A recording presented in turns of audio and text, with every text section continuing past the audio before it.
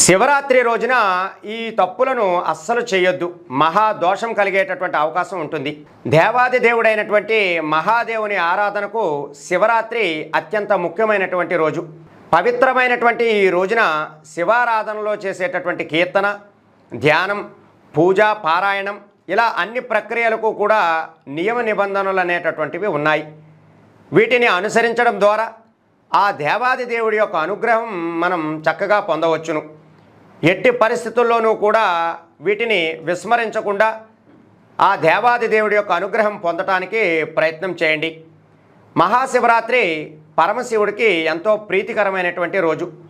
ప్రతి నెలలోని కూడా కృష్ణపక్ష త్రయోదశిని మనం మాస శివరాత్రిగా పరిగణిస్తాము.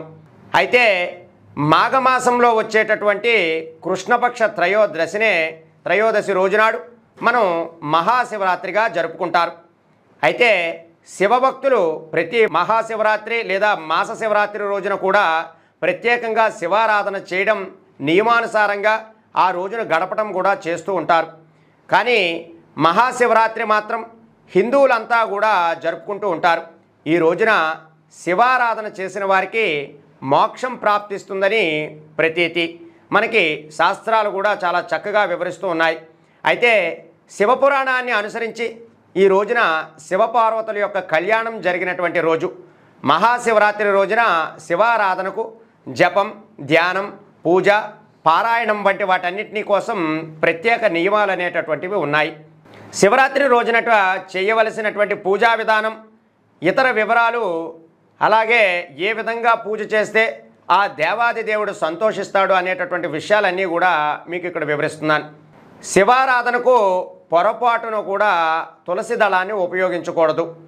ఇది అత్యంత ముఖ్యమైనటువంటి నియమం. అయితే శివుడు అభిషేక ప్రియుడు, కానీ శివాభిషేకంలో విష్ణువుకి జరిపినట్లుగా శంఖాన్ని ఉపయోగించకూడదు.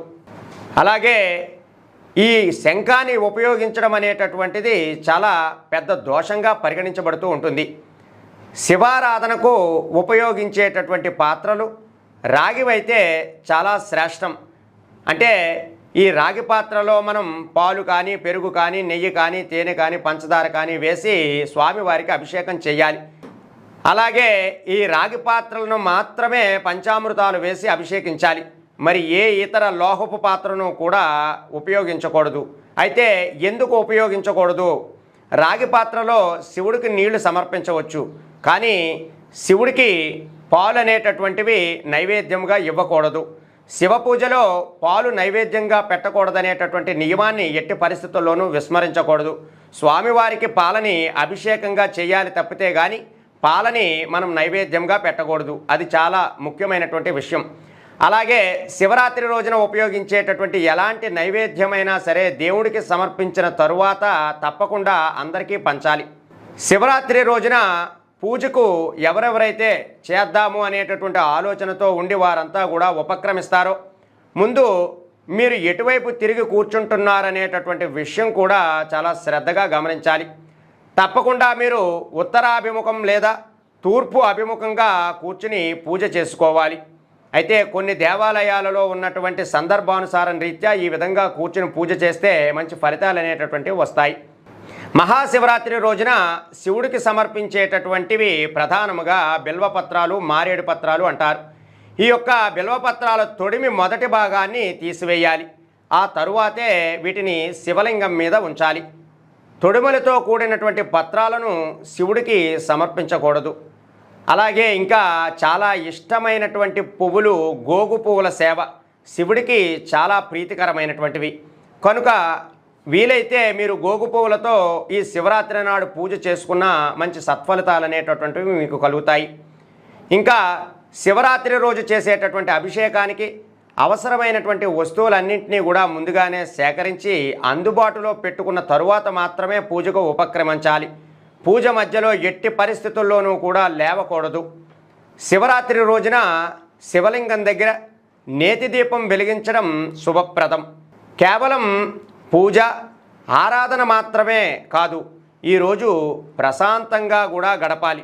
అంటే ఎక్కువగా మాట్లాడటం, ఆవేశాలతో లోనవడం, కోపోద్రేకులుగా మారడం, పక్కవారిని దూషించడం ఇటువంటి పనులేమీ కూడా చేయకుండా ఉండడానికి ప్రయత్నం చేయాలి. చాలామంది ఈ రోజంతా కూడా ఉపవాసం చేస్తారు. అంతేకాకుండా కొంతమంది రాత్రంతా కూడా జాగరణ కూడా చేస్తూ ఉంటారు. ఈ రాత్రి నడుము వాల్చకూడదు, అంటే పడుకోకూడదు అనేటటువంటి విషయాలన్నీ కూడా పురాణాలు మనకి చెబుతూ ఉన్నాయి.